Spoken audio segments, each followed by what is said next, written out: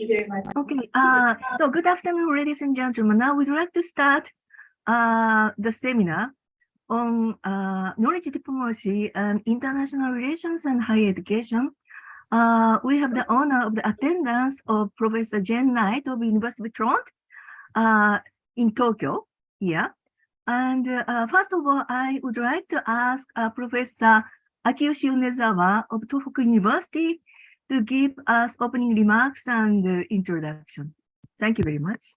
And sorry, I'm Yuriko Sato of Tokyo Institute of Technology. I'm going to chair this seminar with Professor Ayaka Noda.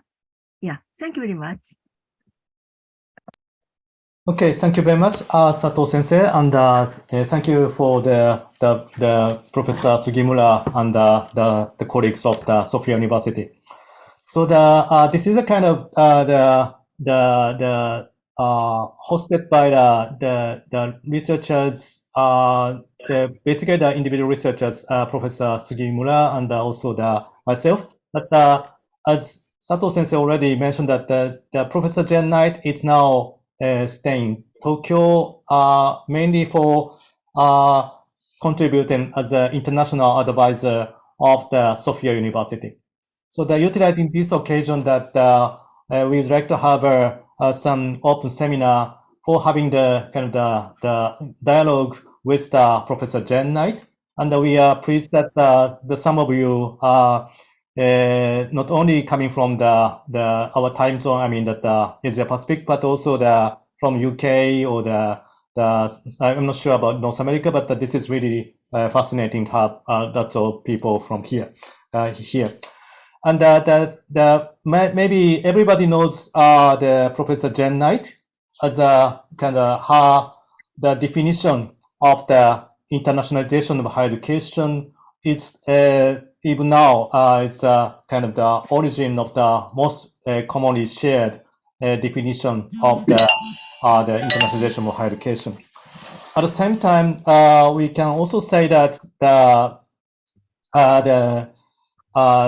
we are really happy that she's just published a book called on the knowledge diplomacy, and she will explain later, introduce later on this book. But this is her second doctoral dissertation, and also again, this is a really interesting discussion about to have the new view on why the university and the nation state or the countries work on a internationalization and the international collaboration and partnership. So this is really interesting and a very the kind of the encouraging discussion, and also I'm really always impressed about the very clear discussion with the very robust and rigorous the conceptual argument. So anyway, let me hand over. Let me invite the Professor Jen Knight, and then we looking forward to the discussion. And also we are really pleased that many the distinguished colleagues are together as a discussant, and then we also welcome everybody to join the mutual discussion later. Thank you so much. Okay, let me hand over to the chairs. Okay. Thank you, Professor Yonezawa. Now again, we have a distinguished speaker from the University of Toronto, Canada. We welcome Dr. Jen Knight to speak about knowledge diplomacy in international relations and higher education. Dr. Jen Knight, please, the floor is yours. Thank you so much. Thank you for a warm welcome back to Japan. I need to tell you that I have been looking for this return visit for 3 years. It was really a challenge to not be able to come back to Japan and learn from what's happening in Japan and to learn from my colleagues. So the topic today is knowledge diplomacy in international relations and higher education. And as Professor Aki has indicated, this is a result of some research that I have been doing for the last 7 years. And actually, COVID gave me the opportunity, as a surprise, to be able to continue with and finish a PhD in international relations. My interest in international dimension of higher education has been a long time, but to look at the impact and the role of international higher education in international relations does take a very different frame and lens. So today I'd like to walk through with you some of the, Miki, I would like to walk through with you some of the insights that I gained in doing this, and it also some of the challenges, because there are many issues and challenges that need to be acknowledged. So the first thing I would like to do is just give an overview of some of the abbreviations I'm using. You will see them here, and I will point to two that are really important. The IHE, which we're all very familiar with as international higher education, but during this period of 7 years of researching this book, I found that I really needed to be more explicit and talk about international higher education research and innovation. So when I use the word EHERI, that is what I'm referring to. So a brief outline of the presentation. First, to talk a little bit about this world, a world in turmoil in which we are now living, the purpose and outline of the study and the book, talking about knowledge diplomacy itself, what it is, what it isn't. This is the conceptual analysis to go through the definition, the description, and the conceptual framework. And then to give some examples of how EHERI can be used in a knowledge diplomacy approach. That I think is important. Looking at knowledge diplomacy and related concepts such as soft power, such as internationalization, such as science diplomacy, such as international higher education development, and finally looking at some of the issues and challenges. I don't need to say much. We're all very aware that we are living in a world of turmoil with many geopolitical conflicts. But one comment I would like to make is that in this conflict, we do have military force in play, but we also have sanctions. And I think it's important to point out that we have now seen higher education and research being sanctioned as a tool in geopolitical conflicts. Of course, I'm referring to the Russia-Ukraine situation, where the European Union has put a sanction on the kind of grants and funds that were allocated to Russia, and that has been put on hold. Also, power imbalances among countries and regions. Just 2 weeks ago, I was in South Africa and had the opportunity to do a book launch on knowledge diplomacy. And it was so interesting to hear that most of the questions that came to me from colleagues in South Africa were about knowledge diplomacy and the realities of power imbalances between countries and regions. So we will come back to that. Thirdly, one that we are all very familiar with, and that is that many of the global challenges that we are facing know no borders. They are international and global in scope. But what is interesting is that they can be categorized in terms of perhaps the natural sciences, i.e. global warming, i.e. water security, i.e. pandemics, clearly in the area of technology, artificial intelligence, etc. But it's the social challenges that I think have not been given the kind of importance. And by that, I mean social challenges such as poverty, such as migration, refugees. I will also come back to that. And finally, we are going to look at the whole politicization of facts, of knowledge, of science. And in the last slide, I will be talking about an unintended consequence that we're seeing from international cooperation in higher education, research and innovation, and the emerging unintended consequence of knowledge security, i.e. the inappropriate transfer of sensitive information that is happening around the internationalization of higher education research. So a quick overview of the purpose of the book. First of all, it was just to explore, just to try to explore the concept of the role of higher education in international relations, but also try to bring some facts, some studies, some analysis around the contemporary, please note contemporary role. And here you will see I have again stressed education, research, and innovation, not just education in international relations, with the caveat that it has an interdisciplinary approach. It is important to be looking at this topic from an international relations perspective, using that lens, that framework, as well as the lens that we in higher education are used to using. So just a tiny bit of information on the information sources and the approach. So it was an interdisciplinary study, international relations and international higher education. It was qualitative, exploratory, interpretivist in its nature. It was not starting with a hypothesis. It was not positivist in its approach.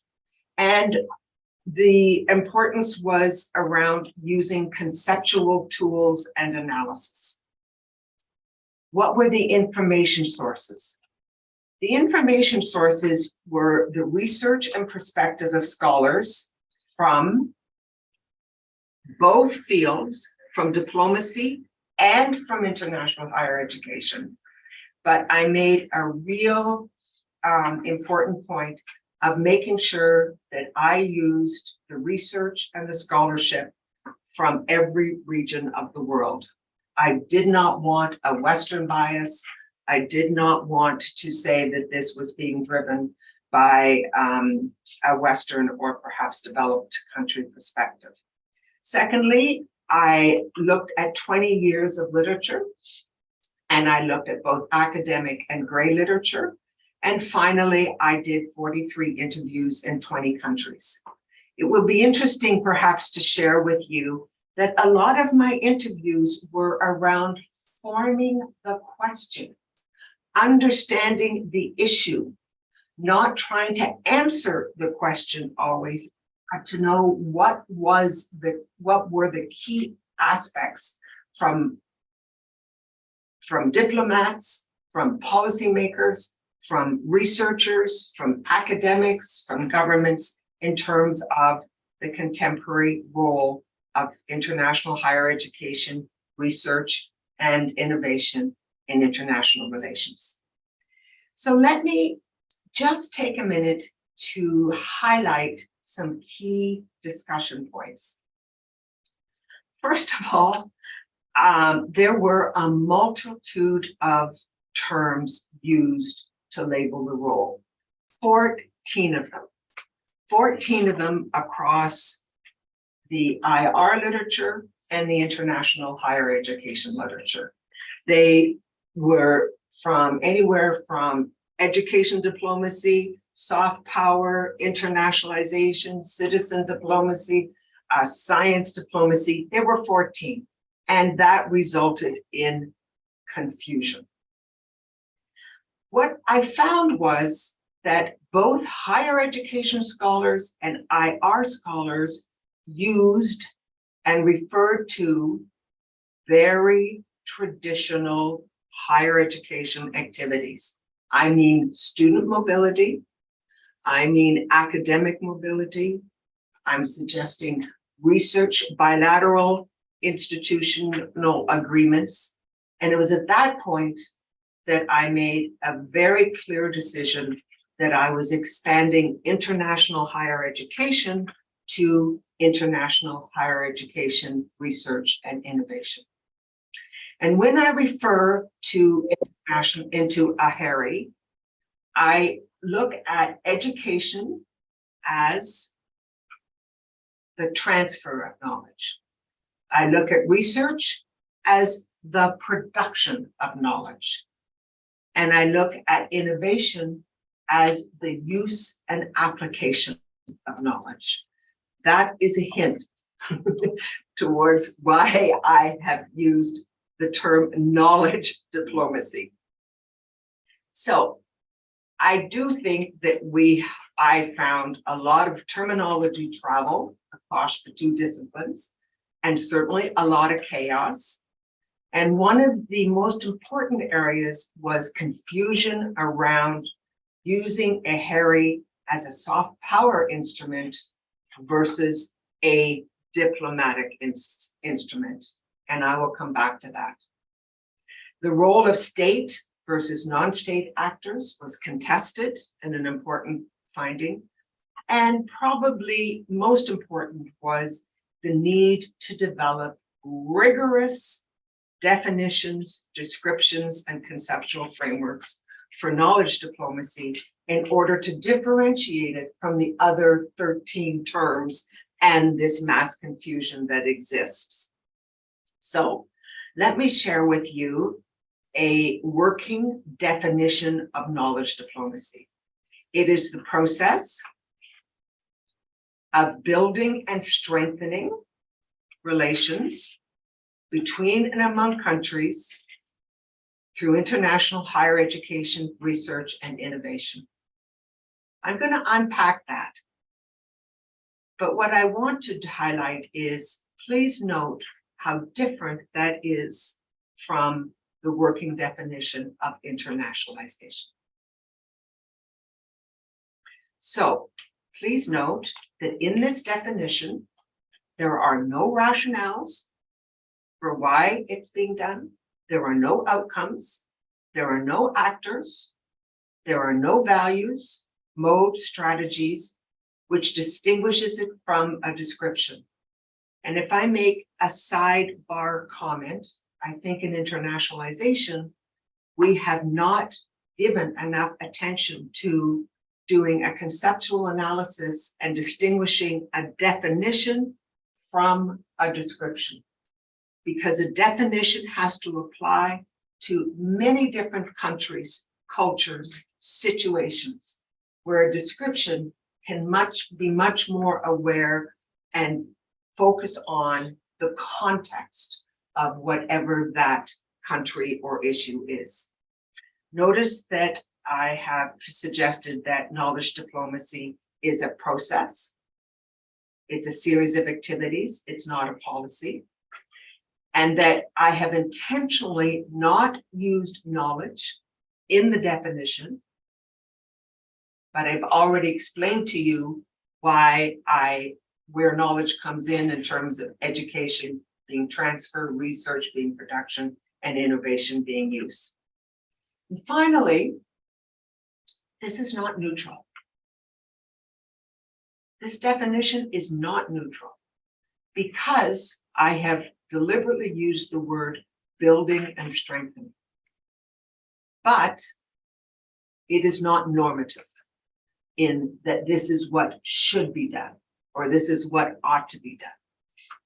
If I may, let me continue now and give an example of a description of the knowledge diplomacy approach. And now you will see it involves diverse state and non-state actors, such as universities, think tanks, research organizations. So now I've addressed actors. They're participating in collaborative international education, research, and activities. This is what they're doing. They're based on reciprocity and mutuality, but different benefits for the partners. So now I've addressed values in the description. Here is an intention designed to build and strengthen relations between and among countries. And finally, an outcome to increase mutual understanding and address global issues. That description can change according to a certain country context, an issue, but the definition does not change. So that led me to looking at a conceptual framework.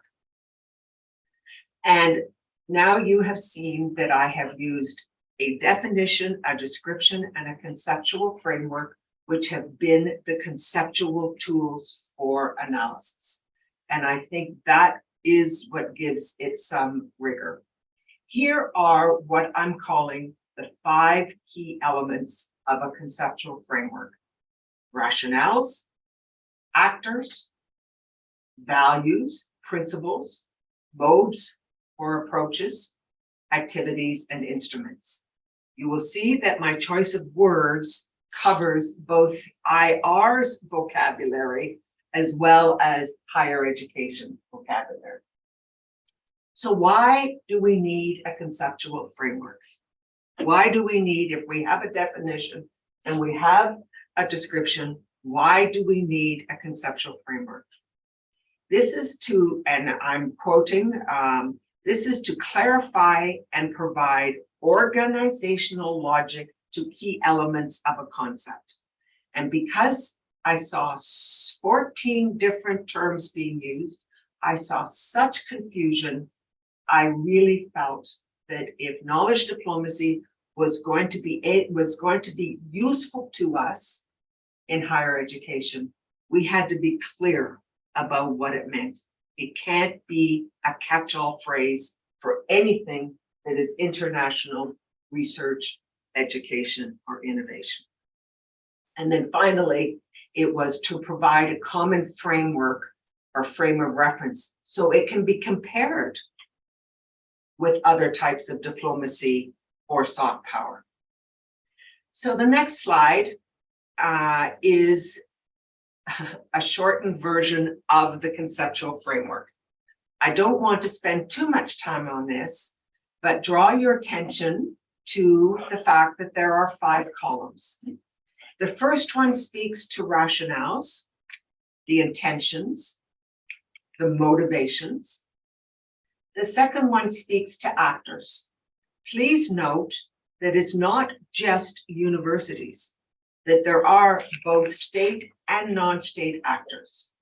There is the civil society, there is the private sector, there is the government, and there are many higher education different agencies. When we go to column 3, we're speaking to values or principles. And I think in the world in which we live today, it is really important that values are highlighted. Reciprocity, mutuality, cooperation, finding a common ground, transparency. So what is the mode? What is the mode of operation in knowledge diplomacy? Negotiation, compromise, mediation, building trust. Those are particular to diplomacy itself, as well as to, of course, knowledge diplomacy. And I'm going to come back to the modes when we talk about differentiating knowledge diplomacy from soft power. And finally are the activities. And those of us in higher education are very familiar with these activities. Please note that it is not just student mobility. It is not only staff exchange. We are looking at international joint universities. We're looking at research universities. We're looking at knowledge hubs, etc. What was my next step? My next step was, okay, we've got a definition. We've got a description. We've got a conceptual framework. Now we have to apply it to real life.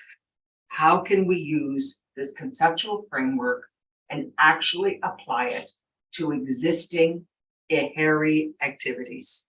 Please note that I am labeling them as EHERI activities in a knowledge diplomacy approach. The Pan-Africa University is a regional university, and I'm not going to describe each one of these examples, but what I did was in the book, I used the conceptual framework and applied it to see if I could make it work for these particular initiatives. So the Pan-Africa University, you'll note that I tried to use it from different regions of the world. The German Jordanian University in Jordan, an example of an international joint university. Here's the United Nations Sustainable Development Solutions Network, an example of a network. The RENKEI, the Japan-UK Research and Education Network, again, another network. And then this really interesting new project, I do a lot of work in Africa these days, and often it's a forgotten continent in our research in international higher education. So you can see at UP refers to the University of Pretoria, and they have set up a fascinating new Future Africa campus, which is a hub for African and global research networks. And so there's an example of a hub. So where's student mobility? Where's staff mobility? Where's recruitment of foreign students? Where are bilateral relationships? They're included in all of these, but they're not being seen as individual standalone knowledge diplomacy, unless their purpose is to strengthen relations between and among countries. But in internationalization, we very much know that we have got academic rationales, we've got social cultural rationales, we've got economic, as well as political, and more recently, branding. So, how does knowledge diplomacy relate to other terms? To internationalization, to cultural diplomacy, to science diplomacy, to education diplomacy, to soft power. I could list all 14 of them, but I won't. I'm going to focus on one, which is the soft power. So let me take just a minute to talk about power itself. Power can enable, and power can be controlled over. And from an IR point of view, the scholar who is most well known for his conceptual work on power is Joseph Nye. And he uses the term hard power, which include military force and sanctions for the reasons of coercion. He also introduced the term soft power. Soft power uses attraction, persuasion, very positive perspective, but it is for co-option and for compliance. It is not for cooperation and partnership. And then the other one is smart power, which is a strategic combination of hard and soft power. There is a new one emerging, which is called sharp power, but I won't go into that today. So what I found as I did these interviews and read the IR literature and the international higher education literature, that there are very different interpretations of EHERI as a soft power instrument. Let me share with you 4 examples. One, these 2 scholars plus many more believe it leads to mutual understanding, benefits, and benefits. Others, Wojcik, the 218, Lima, we're using EHERI in soft power to achieve dominance and competitive advantage. Others believe it's a form of colonization and hegemony. And other scholars have used gain soft power, which is compliance, through knowledge diplomacy. When I read that, I wanted to shut my eyes and say, I can't believe it. And guess what? 2 weeks ago, I was asked to review a book proposal for a publisher. Guess what the title was? Using higher education as soft power diplomacy. This is exactly, and it was a higher education person. And so I'm sorry to say that I think we in the higher education sector have adopted the term soft power. We are putting it because it's based on attraction, it's based on persuasion. We're putting it in a very positive light, but the purpose is around compliance or co-option. So what we need to do is, and I don't think we have a lot of time left, is to combine or to look at a hairy in a diplomacy approach and in a soft power approach. So please note that the first line, both a diplomacy approach and a soft power approach, there are self-interests at play. We are naive if we deny this. But from a diplomacy approach, it's looking for mutual benefits. From a soft power, it's self-interest dominate. What is really interesting is to look at the modes. Negotiation, mediation, communication, conflict resolution, conciliation, collaboration versus attraction, persuasion, compliance, and co-option. And values are very different, outcomes, and usually in a very simpler way, we could say that a diplomatic approach is more of a horizontal, collaborative approach, and a soft power approach is much more vertical and top-down. So this is a dilemma in working through how we distinguish, because it exists. A hairy as a soft power tool is very useful for countries, but let's not call it for mutual understanding, trust, collaboration, and reciprocity. So in the real world of international relations, these differences that I've just talked about are not so clear, definitely.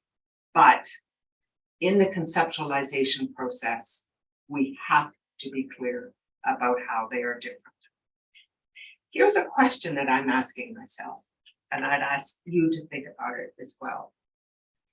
Is the role of a hairy in knowledge diplomacy versus soft power different ends of the same spectrum? Or are they on completely different perspectives, different continuum? If they're on the same continuum, how do we determine what the pivot point of change is? How can we develop indicators to say, this is using a hairy in diplomacy, and this is how we use a hairy in soft power? I leave that question up to you. Please think about it. If you're interested, let's talk. I want to conclude with some of the issues and challenges. And I think these are really important. The first one is we really have to spend time in differentiating knowledge diplomacy from the related terms. I really hope that knowledge diplomacy does not become the latest catch-all phrase, the latest fad phrase that says anything that we do in international higher education, research, and innovation is knowledge diplomacy. That is not the case. Because remember, The purpose is to strengthen relations between and among countries. So people say, Jane, is international development projects knowledge diplomacy? Well, the first priority is technical assistance. Yes, it may strengthen relations between and among countries, but let's not fall into the trap that we had 20 years ago in internationalization, where anything that was international was called internationalization. I really hope we have learned that we don't do that for knowledge diplomacy, or like this title of the book, soft power diplomacy. Do you know the term social washing? Do you know the term greenwashing? Greenwashing is where people, companies, governments, individuals, institutions are saying they are really paying attention to environmental and sustainable concerns. So their words are much stronger than their actions. And so it's called greenwashing. And I found myself thinking about this in terms of the concept of soft power. Are we going to see that, of knowledge diplomacy? Are we going to see that social washing, everything that a Harry does in knowledge diplomacy is positive? The third one is the one I'd like to concentrate on, and that is knowledge security. I only have 2 minutes left, so let me try to be succinct. Knowledge security, which I'm describing, and it's just not me, there is governments who are defining it as undesirable transfer of sensitive knowledge and technology. And there is important work being done at national government levels, at institutional levels, at research organizations that are saying one of the unintended consequences of internationalization and further cooperation in higher education for research and innovation is leading to leakage, presenting a lot of risks about the transfer of sensitive knowledge. This, I think, is something that we in the higher education sector have to take very seriously. There are many words being used to describe this. Research integrity is one of them. Foreign interference is another. Risk management of knowledge and innovation. Again, it's not the words, but it's the real meaning, which is people now are concerned about how we in higher education have promoted networks, bilateral agreements, research cooperative projects, and what about the issue of knowledge security. Finally, I think we cannot, in fact, ignore the fact that we also are seeing politicization of knowledge. And this is, the pandemic showed us that. And this is not just by politicians, this is by academics as well. So I note that as an emerging issue and challenge. And finally, on a positive note, I think it's important that what I've talked about today is about how a Harry can help strengthen and build relations between and among countries to address global challenges. But knowledge diplomacy is a two-way process. How can international relations strengthen a Harry? Still within the context of understanding knowledge. So let me end there, and I look forward very much to the discussion, and I hopefully some questions. And this is the information on the book.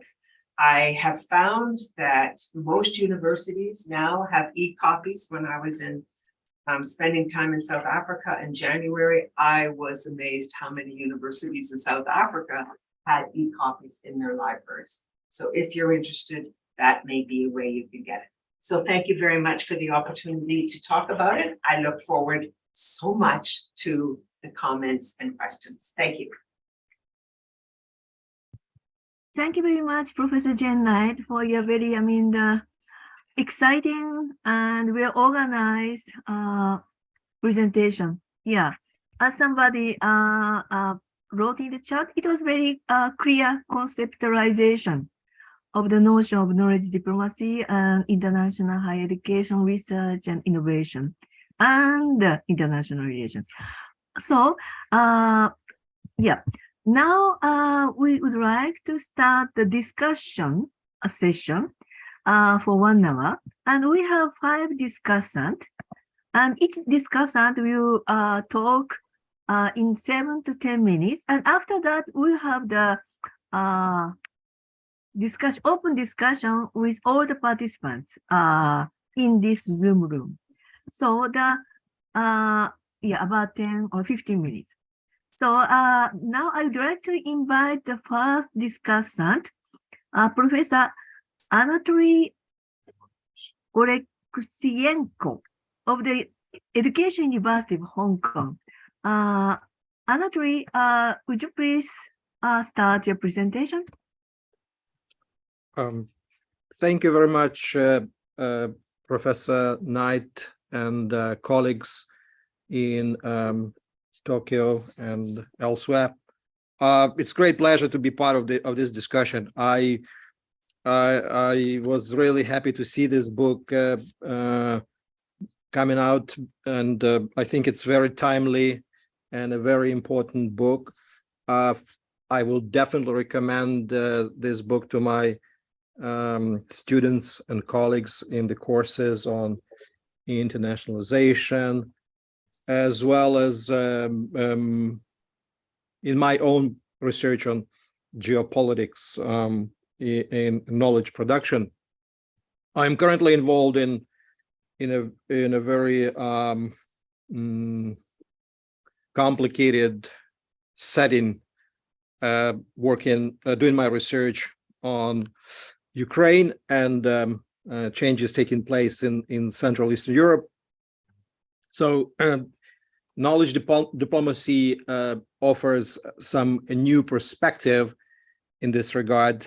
I found it quite useful in terms when Professor Knight was speaking about this differentiation of terms, definitions that we have. I thought it was really important to continue doing more work on that, and I think the book itself invites emerging scholars to work across disciplines and look into international relations and international higher education as such, and working with nuances is indeed very important.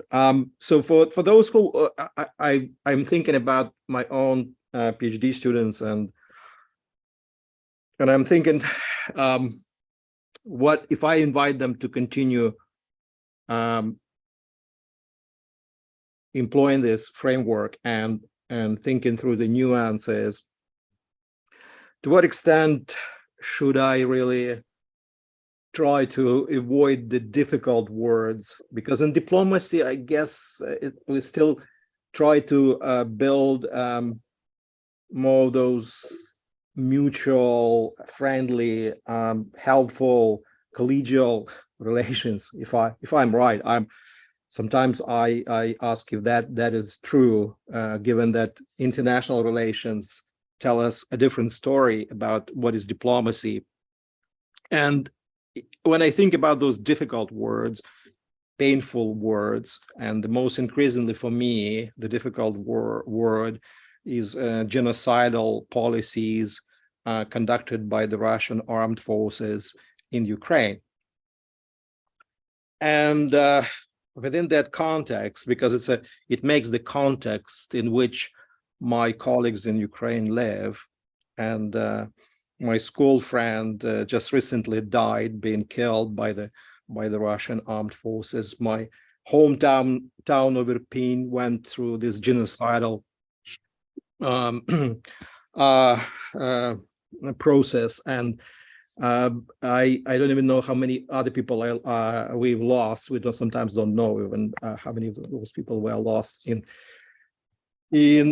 shelling and bombing and rapes and whatnot.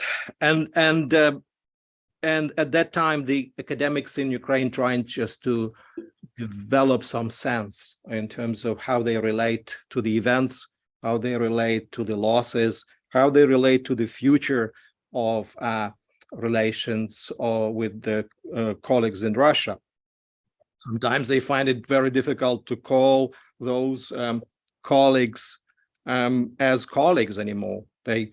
Sometimes it's impossible even to encourage them to think in those terms or make them accept this perspective of hope and looking into the future at the time when their present is pretty much about bloodshed and survival.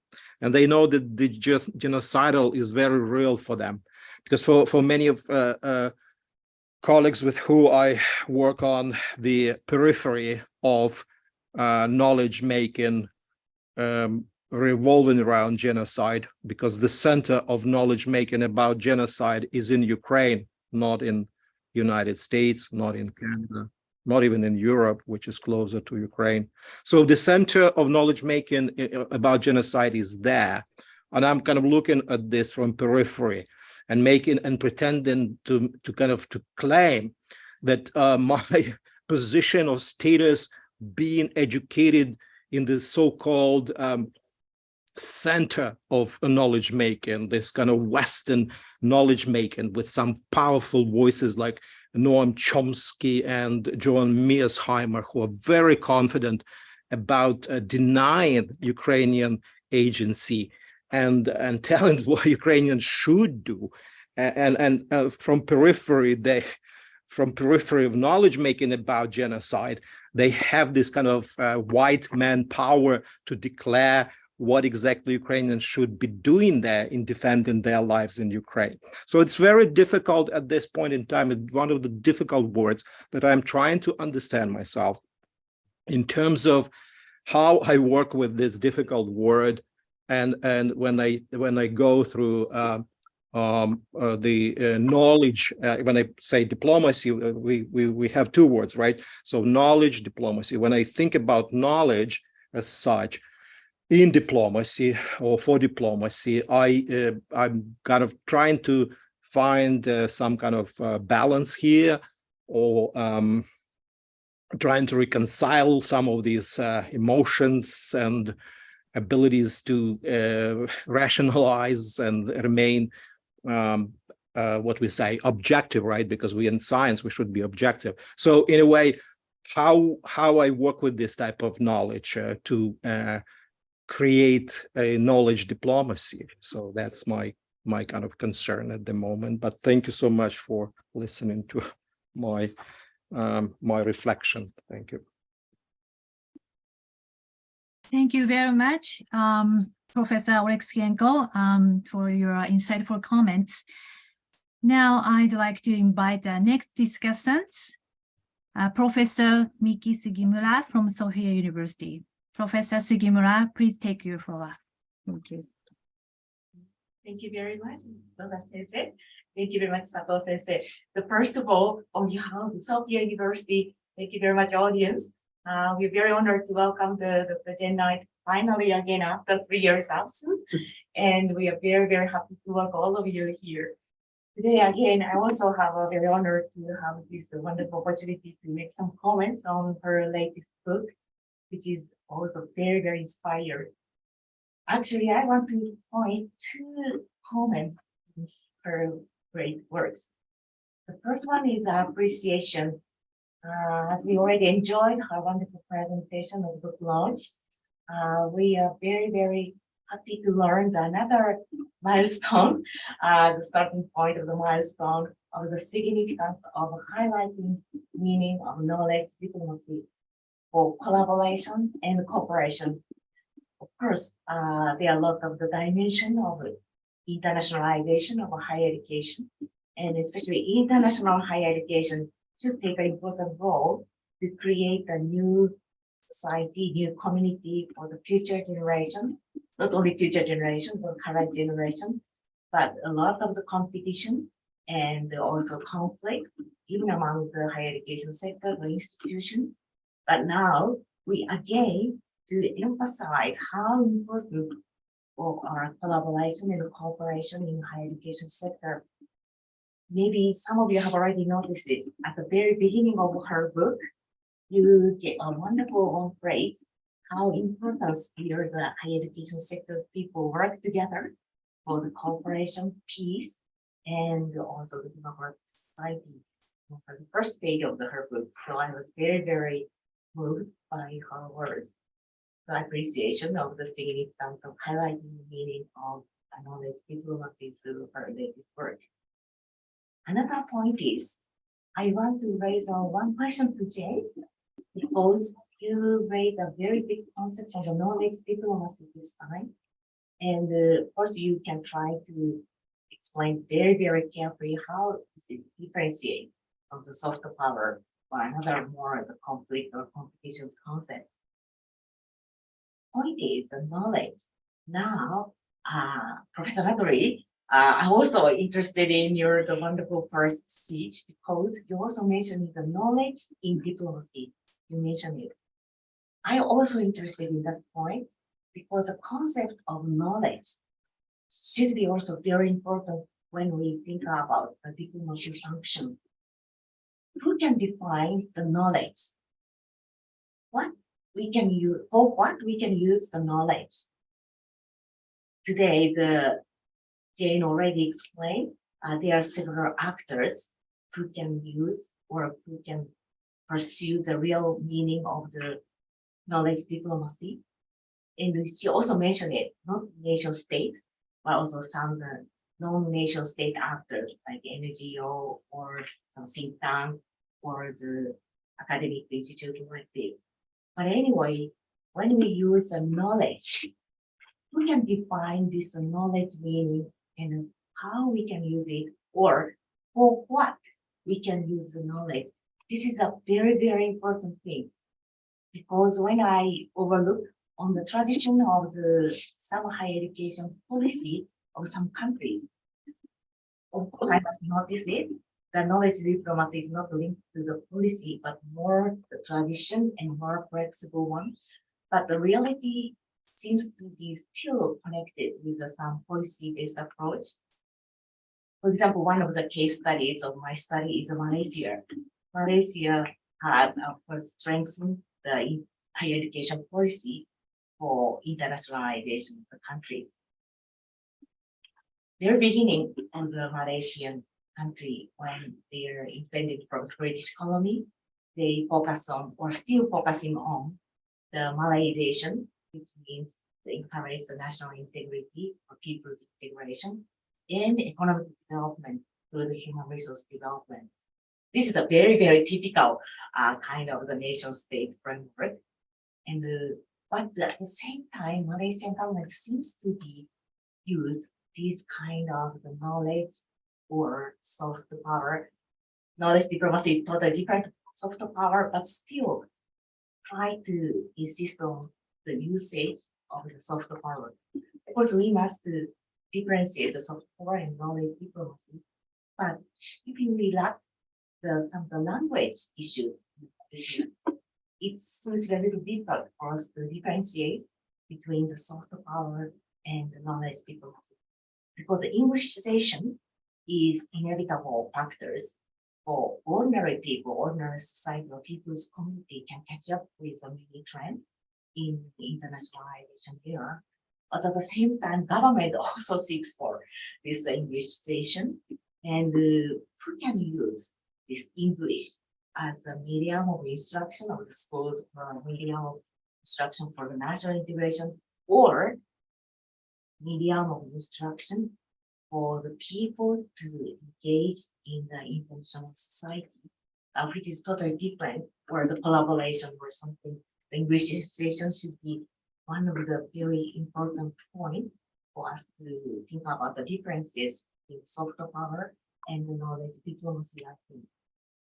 Another point is the tradition of diplomacy, because even the case of Malaysia, the meaning of the Englishization or English position, which is one of the typical case knowledge, the definition, seems to be different from the policy change, but not only policy change, but society change or the cultural changes in our society.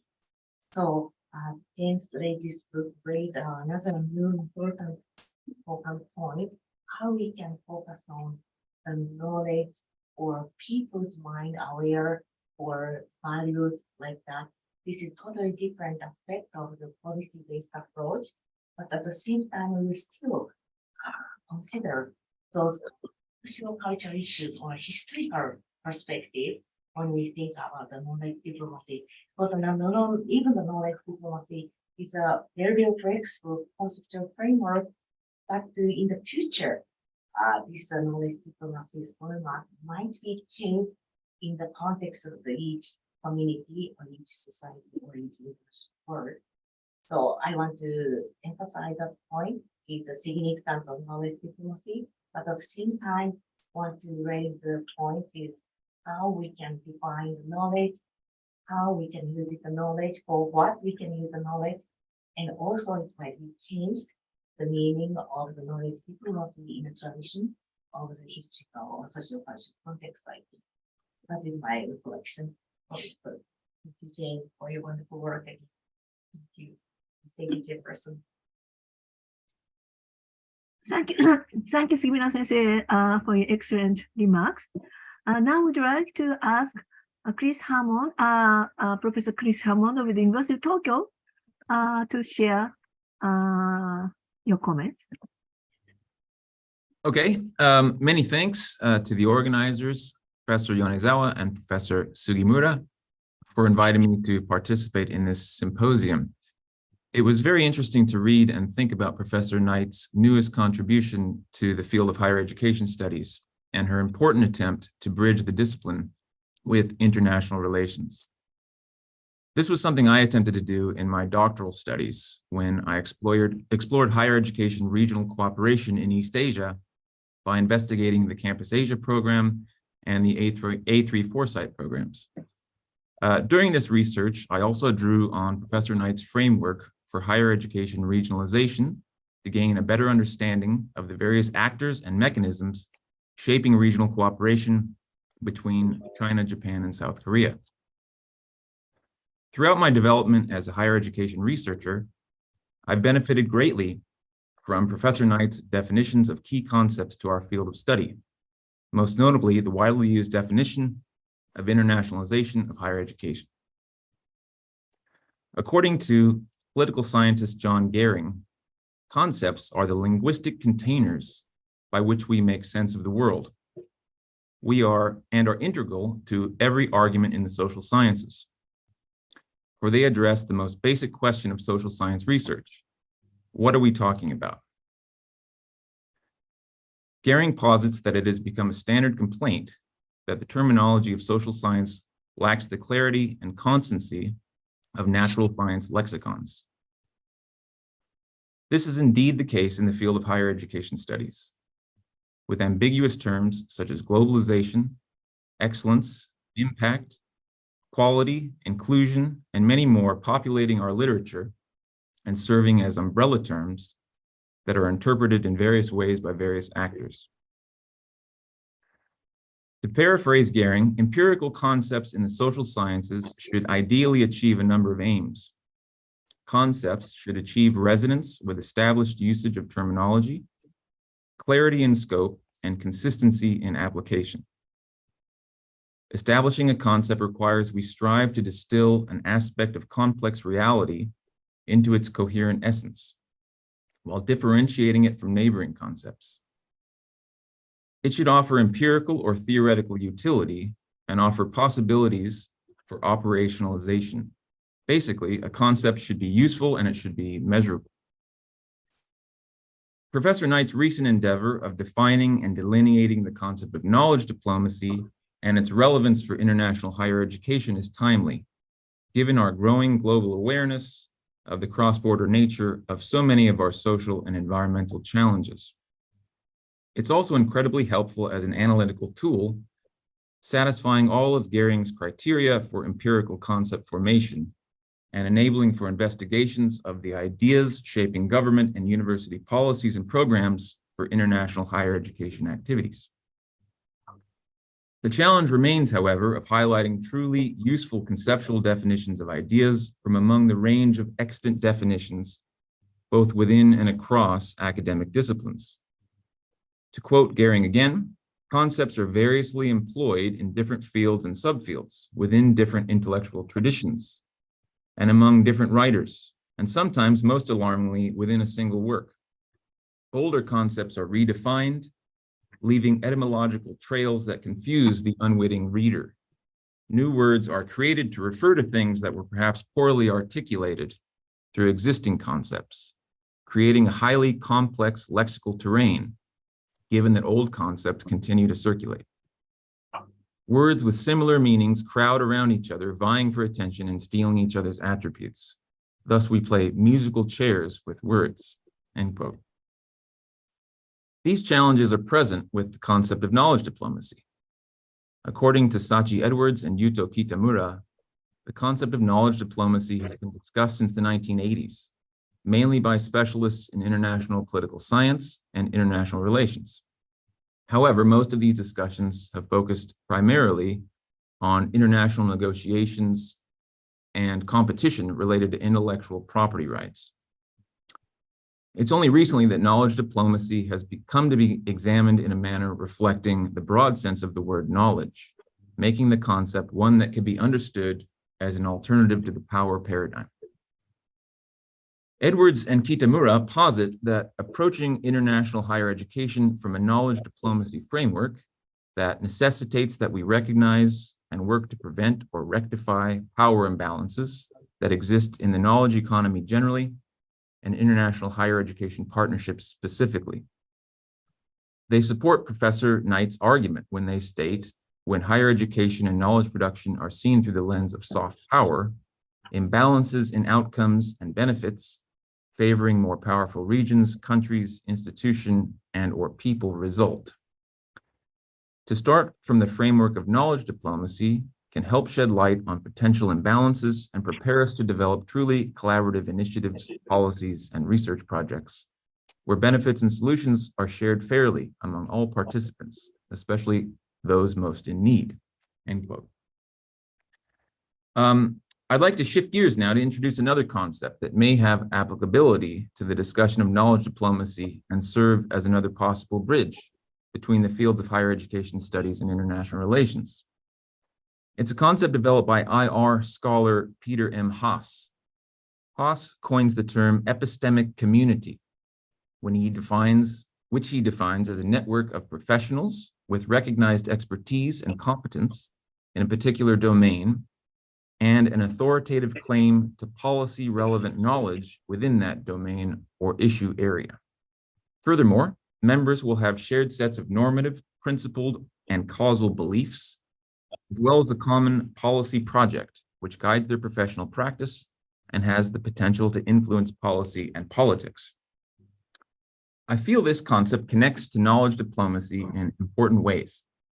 As knowledge of the natural world and its application of science and technology have exponentially grown, so too has recognition of the complexity and interconnectedness of problems of global concern. As a result of this increasing complexity in areas such as nuclear energy, the environment, technology, public health, and the interactions of globalized economies, policymakers are often unfamiliar with the technical aspects and potential ramifications of policy decisions across issue areas. In the face of this growing uncertainty, decision makers have increasingly turned to experts in specific areas for advice. It is here that knowledge-based experts have the power to influence the political dimension. In addition to advising on specific policy concerns, some IR theorists have argued that these expert groups or epistemic communities provide channels through which new ideas circulate from societies or universities to governments, as well as from country to country. It is in this way that researchers in higher education institutions can influence international relations in ways unrelated to soft power policy agendas. And then finally, I'd like to address one of the unanswered questions about knowledge diplomacy Professor Knight raises in her work.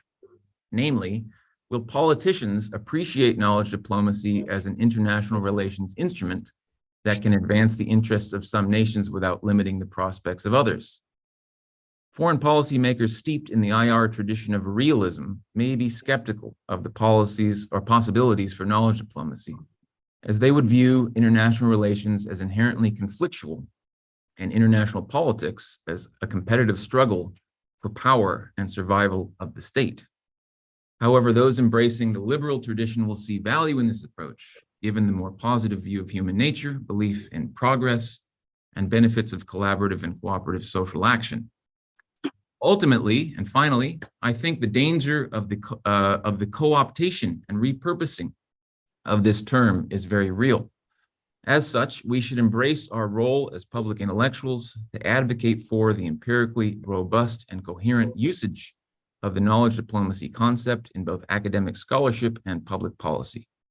As such, I'd like to once again express my gratitude to Professor Knight for bringing this important and hopeful term to the foreground at this critical time in history.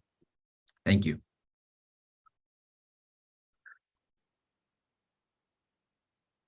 Thank you very much, Professor Hammond. Before proceeding, I'd like to ask the floor to leave your comments and questions if you have on the chat box. Okay, yeah. I'd like to invite the next discussants, Professor Wenqing Shen from Peking University. Professor Wenqing, please take the floor.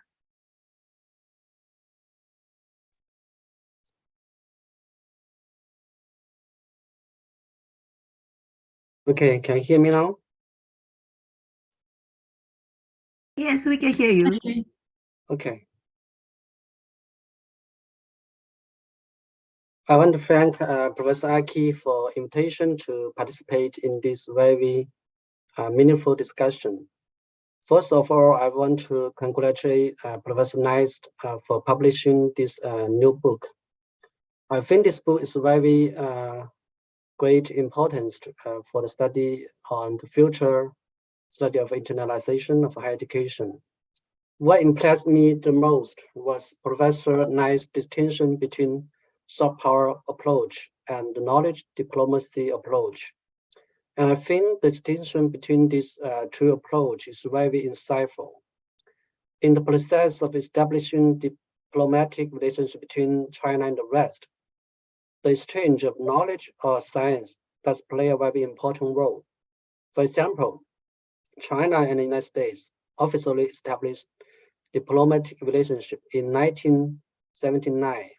But before that, scholars from these two countries has had a lot of exchange and mutual visits. And this exchange and visits play a very important role to improve the relationship between these two countries. And also improve the mutual understanding between these two peoples. And after 1978, Chinese students flocked into the United States in large numbers.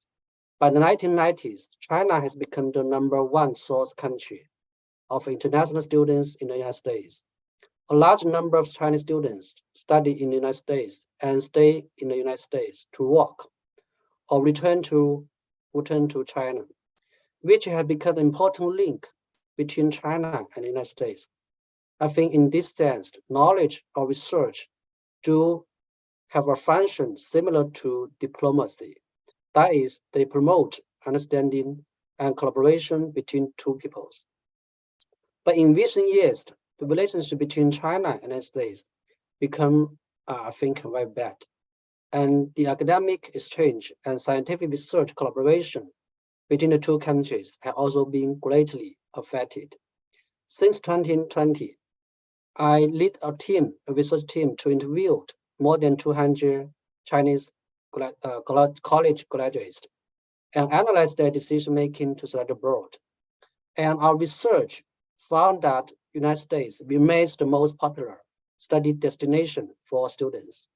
but due to factors such as security concerns and lack of access to visas, only half students who wish to study in the United States finally go to the United States.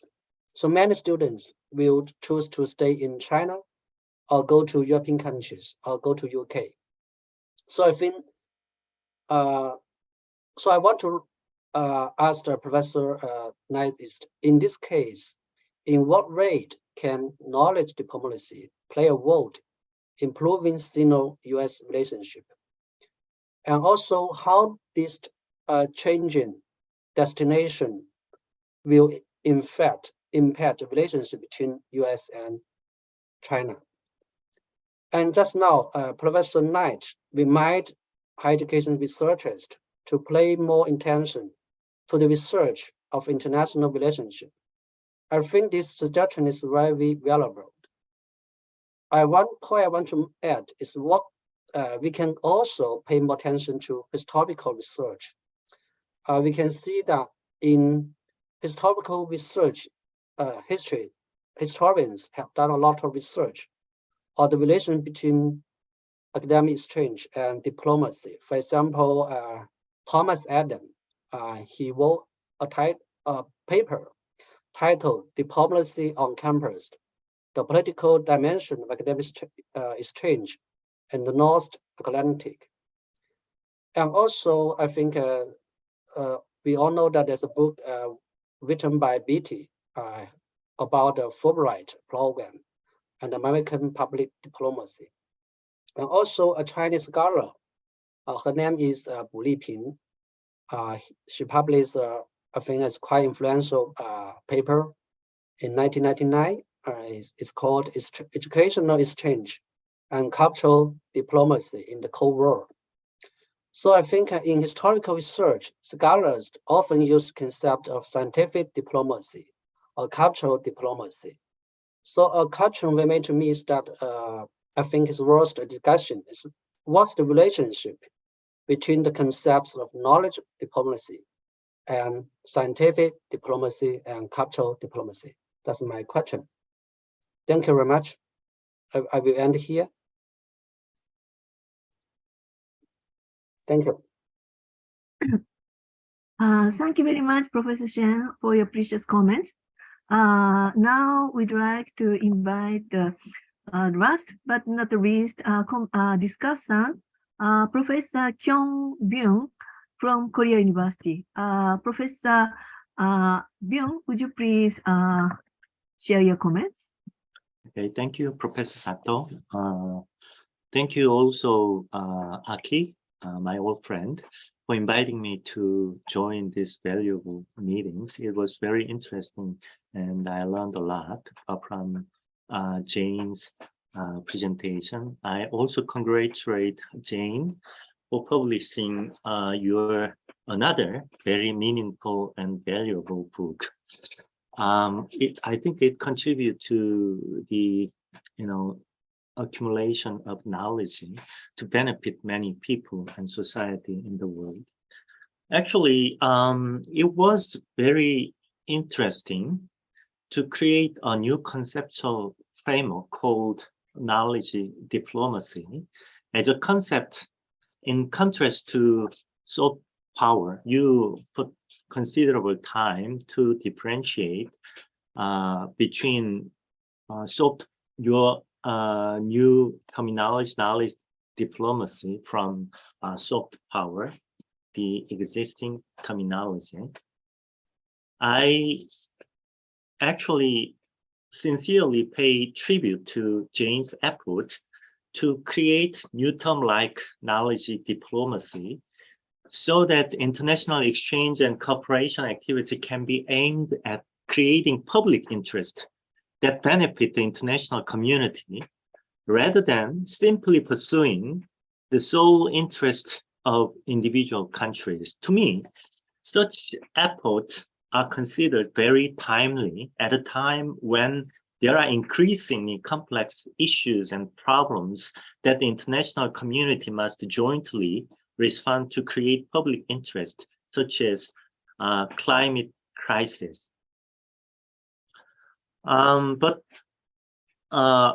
on the practical level, application level, I would question a little bit whether it can be, as Jane already acknowledged it, but well, I believe the human act according to their own self-interest as well as their own cause they believe.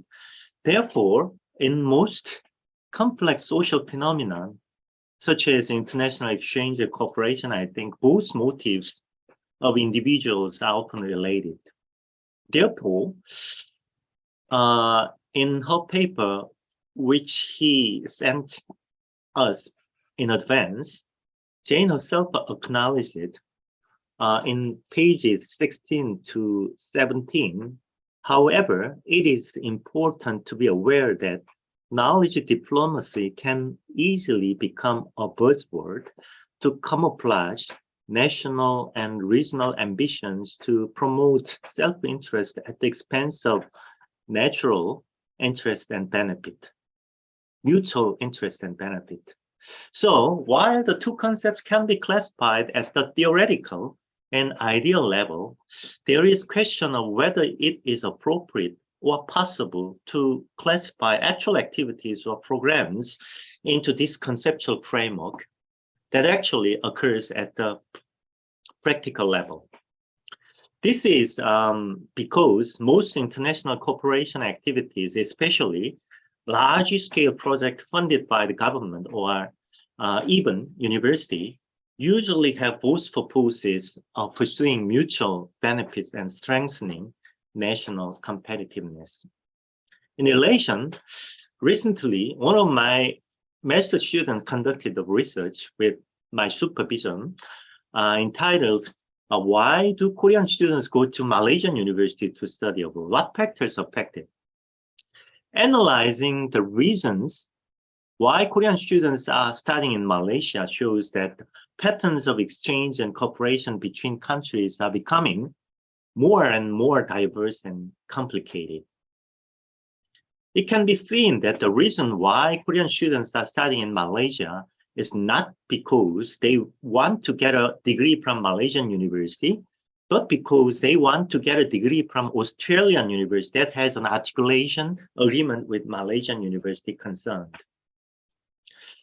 Given the increasingly complex aspect of international exchange, I think we need more comprehensive theoretical framework that can capture more dynamic and complex aspect of international exchange, rather than relatively simple perspective, for instance, traditional two-way push-pull theory.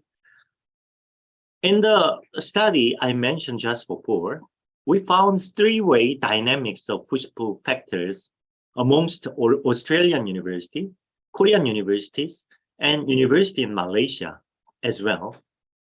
It is not as straightforward as two-way interaction proposed for international student mobility patterns between two countries and institutions by traditional international literature.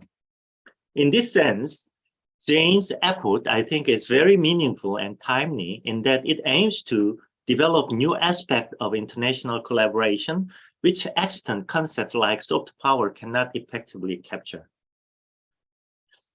My final comment is the impact of COVID-19 pandemic on internationalization of higher education. The universalization of online education and meetings brought about by COVID-19 pandemic in 2020 has tremendous potentials to bring about fundamental changes to traditional ways of exchange and cooperation that have been made in higher education, such as student mobility and research cooperation. COVID-19 pandemic is showing signs of ending at the moment in 2023, and university in Korea, most universities in Korea are moving simply go back to offline classes and meetings like in the past. But I think simply going back to the past is foolish behavior, I think, to ignore various possibilities that COVID-19 pandemic has brought to the internationalization of higher education.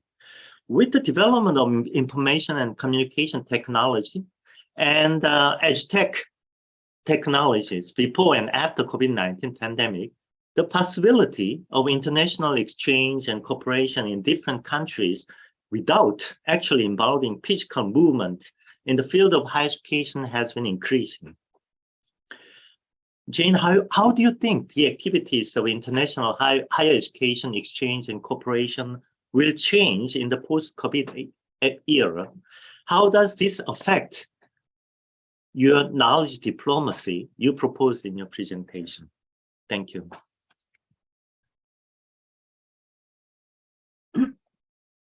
Thank you, Professor Byun, for your excellent comment. Now we have the open discussion with all the members, and let me share the comments here, which was posted and by the discussant. I hope you can see it. Sorry. We have the two comments, one from Professor Tatiana Kumasori, and the next one from Professor Lydia Radjani. Both of them are very important, and we have the comments. Yeah, maybe it's not, sufficient, but yeah, I just, briefly wrote the main points. So I would like Professor Jane Knight to respond to these comments, if possible.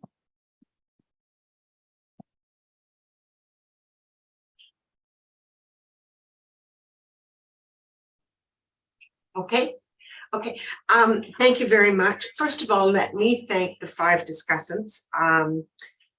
You don't know what a treat it is for me to have people talk about knowledge diplomacy from an international higher education point of view, because I have just finished doing a PhD in international relations, and my jury was basically IR people as well. I did make sure, though, that I had international higher education people, both from Hong Kong and from Africa, on my jury, so that it was not being completely dominated by a Western perspective. So I really appreciate the 5 different discussants and very, very different perspectives. And if I may, I would also like to address some of the questions that the discussants, because I haven't really had a chance to read the chat questions and interpret them. And so if I may, I would like to respond to some of the discussant questions, and then ask even if the discussants who can read the chat, if they would like to try to respond to them. A very important question was brought up that I would like to address, and that is the difference between knowledge diplomacy, cultural diplomacy, and science diplomacy. It was a very interesting comment that was taken both from a historical perspective, and we need to look at historical perspectives and relate it to contemporary issues as well. And so I felt that it was quite right. Cultural education, both primary, secondary, and higher, has very much been seen as cultural diplomacy and will continue. And there's nothing wrong with that. But what my worry is the following. If you look at cultural diplomacy, it is primarily using culture and the arts as a way to have mutual understanding and new insights between cultures. And basically, cultural diplomacy is based on people exchange. Student exchange is a perfect example of cultural diplomacy. But my concern was that international higher education research and innovation has evolved way past student and staff mobility. We now have program and provider mobility. We now have international branch campuses. We now have international joint universities. We now have major research networks. And I'm not sure that cultural diplomacy captures adequately the research and innovation side of what we in higher education do in terms of our extent of our collaborations. And that's why I thought, yes, cultural diplomacy was appropriate, but it didn't go far enough. It didn't bring in research and innovation, and it was more related to mobility of people. And in our field, we now have mobility of actual institutions moving and programs moving. So that's my comment in relationship to cultural diplomacy. Science diplomacy is another really interesting question. And I will say that science diplomacy has had increased attention, very much so in Japan, for example, where I'm sitting, very much in Europe. And here's my dilemma. If we understand science to mean, and the Latin term of scientia, which means knowledge, then I would agree that science diplomacy is a really appropriate concept. But if you look at policies, if you look at gray literature, if you look at academic literature, when science diplomacy is being referred to, it is always around natural sciences. It's always around science and technology. And very seldom are they looking at science diplomacy as an instrument to address social issues. That I think that we have global issues that cannot be solved by one country alone. We have the challenges of trying to find ways to cooperate and collaborate, both on science issues, technology issues, and social human issues. And therefore, in purely conceptual terms, I kind of see the importance of science diplomacy. But when you look at the practical applications of it, and you look at all the examples that they use, it's always related to, like CERN out of Europe is used as an example of science diplomacy. The pandemic around health, it's all related to science and technology. And that was my struggle. My real struggle was to say, should I try to continue to work with science diplomacy and expand it to include social, or can I start to look at knowledge and what knowledge diplomacy? And one of the discussants was very correct when they said in the 90s, knowledge diplomacy was being used as a term with the World Trade Organization. And it was always being used in relationship to patents and to copyright, and still will. But I chose to say we need to go beyond the commercial aspect of copyright and patent. And that's why I tried to say knowledge was around both education, research, and innovation. But that brings me, if I may, to another point that was brought up, which is what is knowledge and how is it used and for what purpose?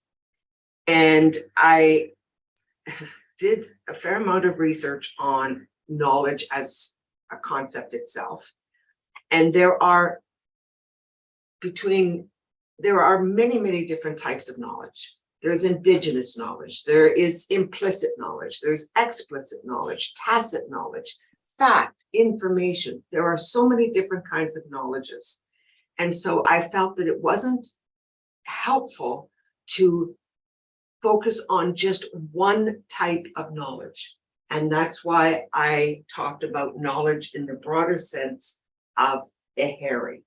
However, picking up on the point that was made, I would like to say that I think one of the issues that we need to spend more time on is the democratization of knowledge. And I don't think I put it in today's slideshow, but I have in others, that we need to look at the democratization of knowledge. Whose knowledge are we using? How are we using it? Are we respecting social, cultural contexts, etc.? So the question of what is knowledge, how is it used, and for what purpose is really important. But I don't think we're going to get a worldwide understanding of knowledge or the use of it. So let me stop there. I don't want to take,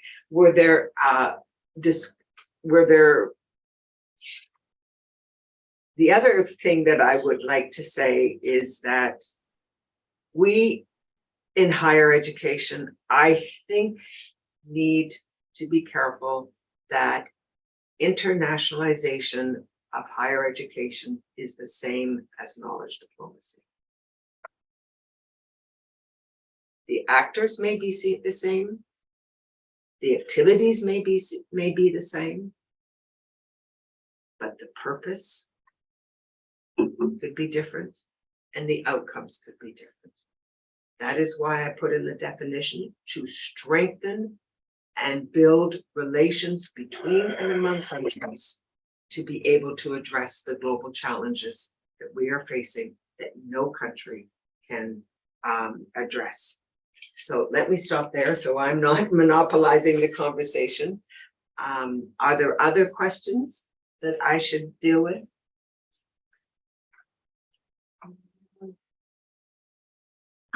Thank you very much. Yes, other questions. Yes. Should I? Yeah. Actually, two important questions from the floor. So if you don't mind, I want Professor Knight to respond to these two, the important questions from the floor. Chair, if you don't mind that, why don't you invite those people to talk directly? Yes. So may I ask Professor Tatiana Kumasori to speak yourself in the Zoom. Thank you, Professor Sato. Good morning. Thank you very much, Jane, for this outstanding conceptual clarification. What I was wondering is, so you said in the beginning you are focusing on actors, and I was wondering about an important actor, which I define as academia as a profession, and that has ideally, successfully or not, always strived to do international collaborations and partnerships for the sake of science and scholarship themselves. So my question is, would you say that now the actors are somewhere else? So at least organizations, if not the governments, and at macro level? Or would you say that academics are being sucked in this other actors' political agenda in this disrupted world? Thank you. For a very insightful question. And you probably get the impression I like words. And I really like to delve into them. And so one of the things that I spent a lot of attention to was the use of the word academic, the use of the word scientist, the use of the word researcher, and the use of the word scholar. And because when I talk about actors being universities, foundations, government departments, research institutes, etc., they are consisting of people who are actually doing the education or the research or the innovation. And so I believe that universities have a very important role, and therefore academics have a very important role, but we have to respect national context. And in many countries, there are national foundations, national research centers, regional centers of excellence that are not necessarily a part of a university. And they have an important role in knowledge diplomacy as well.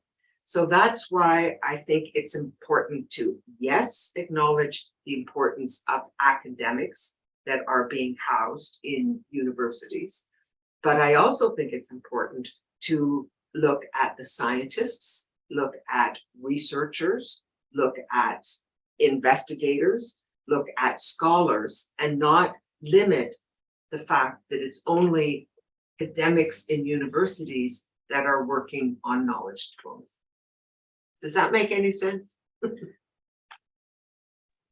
Yes, thank you. Thank you very much. So I think I am worrying about the academic profession and the meaning and the relevance that it has, or it is fading away, or maybe was never there. So thank you very much. Yes, it really made sense. And I also like to work with words. So thank you for clarifying. And the second question? Yes, the second question, yes, from Professor Lilia Rajai. Would you please speak? Hi, Yeah. Professor Knight, thank you so much for your presentation. I learned a lot. Sorry, teacher, if you don't mind, could you video on? Okay. Can you see me now? Another playlist, if you don't mind, could you show up your face? Thank you. I am showing. Okay. Do you see me now and hear me? We can see you. Can we? I can't see her. Yes, cannot see you. We cannot see you yet. Yeah. But my video and speaker is on. There we, okay. Okay. Hi. I think I recognize your name. Yes. We exchanged Correspondence with me, I think. before. That's okay. Hello. Hi. Thank you so much. I was wondering about the relationship between the academic freedom and knowledge diplomacy. I was wondering if the knowledge diplomacy would work only between the countries that secures academic freedom, or it kind of extends beyond those political limitations. If you have like any cases that you found, I would like to learn about your opinion and cases. Excellent question. When I look at why knowledge diplomacy is of increasing importance around global challenges, I do firmly believe that global challenges are not going to be solved by one country in the world, one regional network of countries, one geopolitical grouping of countries, that it has to involve many countries. And so, I introduced the concept of knowledge security. And this is one of the true risks that we have to face in terms of our collaboration in research and innovation to address the global challenges. And so as I've been trying to think about knowledge security, part of it does include the aspect of academic freedom. It is the freedom to be able to do the research that is important, to be able to share it with whom you think, to be able to do it free of surveillance, etc. But we know that every country has different levels of academic freedom. The Academic Freedom Index, which I'm sure you're aware of, clearly points to that. So no, yes, I do believe that knowledge diplomacy will include all types of countries, but we have to be aware of the knowledge security aspects of it and the academic freedom aspect of it. I think that is a reality that we're facing. Did that answer your question or not? Maybe I didn't.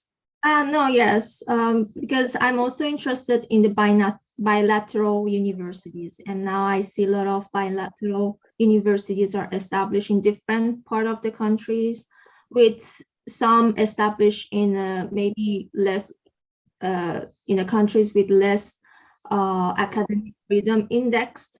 I was wondering what would be like the limitations, but yeah, thank you so much for your. When you say bilateral university, are you talking about the international joint university, or are you Yes. talking about international branch campuses? No, joint universities. Well, this is an area in which I'm very interested and have done quite a bit of research. And to my understanding, there are about 22 or 23 IGUs around the world. Yes, there are different partner. I make a distinction between the host country and between the partner country. And you're absolutely right. Some of the host countries have different levels of academic freedom, as you and I would discuss it, as do some of the partner countries. But I do think that the awareness around knowledge security is increasing and protocols are being put in place. And if I can recommend a really interesting report to you, if you write to me, where a center at Leiden University has done a comparative study of 9 different countries and how they have addressed the issue of knowledge security. Fortunately, they say it's knowledge security in science and technology. They don't include, again, social issues. It's around science and technology. But this is a growing issue, and it does speak to academic freedom, and it definitely speaks to the inappropriate transfer of sensitive information. Those are realities of the world in which we work. But I don't think it should be a reason for us not to cooperate with those countries. We need to find the policies, the guidelines, and the protocols. Thank you very much. You're welcome. Thank you very much. And we have the question from Professor Yonezawa. Am I right? Thank you very much. Okay. Thank you again for the very wonderful lecture. And sorry, I have a problem with the camera. I don't know why, but anyway. I know what you look like. Okay, like. I'm okay. Fine. My question is as follows. So your original definition of the internationalization of higher education became a very influential, probably not limited to the probably your original the idea of the kind of scholarly conceptualization of the internationalization, but much more like it became a kind of global movement that what should we do, and then in the end it became another definition in 2015 as a kind of intentional for society or something like that. But my point is that what kind of the consequence are you thinking about your new proposal of the knowledge diplomacy? I mean that as we already have a lots of discussion in a very different view, and then there are lots of the kind of the remark that maybe politicians, the diplomats, many types of different stakeholders may try to make use of this concept as their own purposes. And so that probably this is more complicated and much more diversified stakeholders are in front of you compared with the time of the internationalization of higher education. This is much more like relatively the people who share the common goals. So I just wanted to know that, of course, that this is a much more purely scholarly work, but what kind of things are you thinking about of your impact of your research this time? I hope that my question is quite clear enough. Well, I think that one of the implications of this work is that it is crossing two scholarly fields. It is crossing many sectors, many disciplines, I would say actors and stakeholders from many different sectors and disciplines, but it also is impacting, it also is bringing together the interdisciplinary perspective of IR and higher education. And I'm here to admit to everybody that as much as we have all promoted interdisciplinary research and how important it is, I am here to say from personal experience, it is not easy. Even in between two disciplines in social science. And so your question, I'm not quite sure I understand your question, but I think when we did the definition for internationalization, I was thinking more of the international higher education sector only, and it was okay, number one. Number two, quite naively, was I did not include any rationales. I did not include outcomes. I did not include purpose, because that is very much can be context situated. So when I began to study and learn this time about how to use conceptual analysis as a tool, I was delighted to learn that a definition should not include actors, rationales, outcomes, values, and whatever, which I had done for internationalization, but not knowing that I should have done that, I just did it. And of course, you're quite right, in 2015, there were other scholars who took my definition and added rationales and purpose to it, which I believe is still inappropriate for a definition. I still think a description can do it.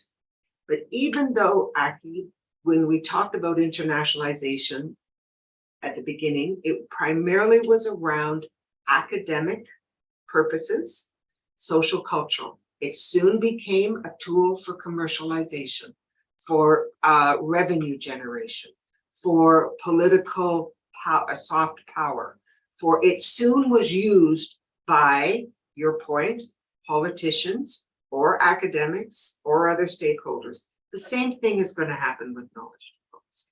That's reality. But I think that this time, I hope my work on trying to now come up with both a definition, which is purer, a description, which now can change by whether it's in a social issue, a science issue, a technology issue, and by a framework that brings in values. I don't think I've read, one of the insights I've had is the importance of values, explicit values in our work. I've not seen that as much as in the past. And that's why the conceptual framework brings in principles, modes, and activities. So yes, Aki, I still think it will be adopted, used, misused, changed. It will be discussed, but that's just the way things work. But in the end, I do think that the internationalization, the real essence of it, has stayed over the last 30 years of that, or 20 years since that definition has changed. Now, being in a very politically tumultuous world, I think that there are new challenges facing us. And because I'm repeating myself, I've had to take in the IR discipline and the higher education discipline. But it will change, it will be adapted. But one of the things that I do like, and this is in the book, it's around knowledge for diplomacy, diplomacy for knowledge, knowledge about diplomacy, and knowledge in diplomacy. And I really, that comes from an analytical framework that was done for science and for science diplomacy. And I adapted it for knowledge diplomacy. And I think that does recognize the different roles that knowledge has in diplomacy. Yes, let me stop there. Did I come anywhere close to answering your question? Thank you Yeah, so much. actually- Yeah, perfect. We have one more question from Professor Kuroda. So if it's okay, yeah, please, yeah, let me ask. Kuroda 先生お願いします。Hello, Jane. How are you? Hello, hello. Let me see your picture. Oh, yes. Wonderful to see you. There you are. Okay. Yes. Okay. Thank you very much, very much, actually, for the very stimulating discussions today. I read your book, and then I was so fascinated. But my question is about the soft power. Your understanding of the this proposed concept of the knowledge diplomacy kind of to be against actual soft power. May I understand that as a kind of liberal propositions to the soft power concept, which is kind of relatively based on the realist propositions. As a student and scholar of the international relations theory, of course, you know that we have debated and then had big actually investigations among the international relations scholars about this actually two competitive theoretical understanding of the liberalists and the realists. And then so soft power, because it's proposed by the very famous liberalist and constructivist of the Joseph Nye, it's sometimes understood as a kind of more liberal points of view, but it's not, right? This is a power approach. So certainly it's based on the more on the, kind of realist approach. But you are proposing actually this knowledge diplomacy concept as a new kind of liberal approach to the international relations and international higher education, contradicting or criticizing the soft power approach. Is that the right understanding, or? You're raising a very good point. And I think it's important to say that diplomacy is nothing new. Diplomacy and the understanding of diplomacy, the values of diplomacy, the instruments of diplomacy have been long studied by IR, as well as soft power. Mm-hmm. It is nothing new. But when you look, and I'm very careful when I say it's the use of a hairy in a soft power approach, and trust me, it is being used. If you read Wojcik's book, which is called Empires of Knowledge, and it's how you use knowledge, research, innovation, education to gain competitive advantage, to advance national self-interest, to have more political power, to be able to be more economically staged, to look for the best scientists and bring them to your country. There is no question that some people see a hairy in a soft power approach is very positive and very useful. And we have to acknowledge that. And on the other hand, a diplomacy approach is traditionally forever, and as you have just said, in IR theories as well. But diplomacy has existed. But now if we look at what is the role of a hairy in diplomacy, it's different. And what my point has been is that in the international higher education community, I think there has been a lot of misunderstanding and confusion about what is behind soft power as a approach in IR, which, as you have pointed out, is highly theorized. and what is behind diplomacy as a approach in IR. And what I have been astounded by, and it started way back, I mean, look at the book in 2008, you know, higher education and soft power in Japan and the United States. So I don't in any way want to deny that HARI is not a useful political tool for countries. And a HARI is a use for soft power. HARI is also an instrument for diplomacy. When I talked about the definition of diplomacy, I said it was not normative. It is not saying what a country ought to do. I am not saying that diplomacy, or knowledge diplomacy, is what countries ought to do, but I'm just trying to clarify that it's different when it's been used in a soft power approach. But then when I add the element that how does a HARI have a role in solving these international global issues that cannot be solved by one country alone, is a soft power approach going to help us lead to this kind of addressing the, I don't like looking at this. Is it going to address the addressing of these global challenges when self-interest predominate all the time? I was proposing that we need to understand what HARI means in soft power, acknowledge it, it exists, it's useful, countries are using it, there is no question about it, but also make a difference between when you will use a HARI in a knowledge diplomacy approach. I wasn't trying to say one is better than the other. In hindsight, Kuroda-san, I probably should have put in the book examples of a HARI in a soft power approach and done an analysis of it using the conceptual framework.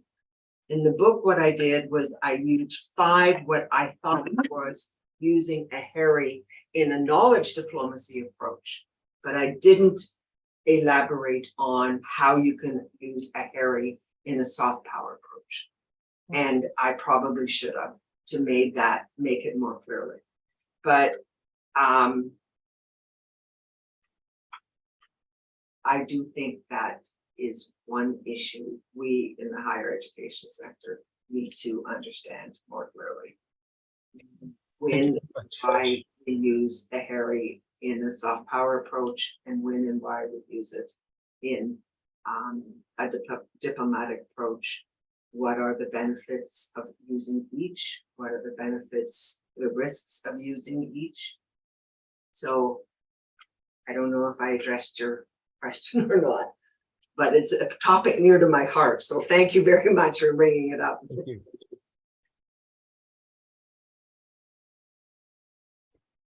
Okay, thank you very, very much for thought-provoking discussion and all questions and answers.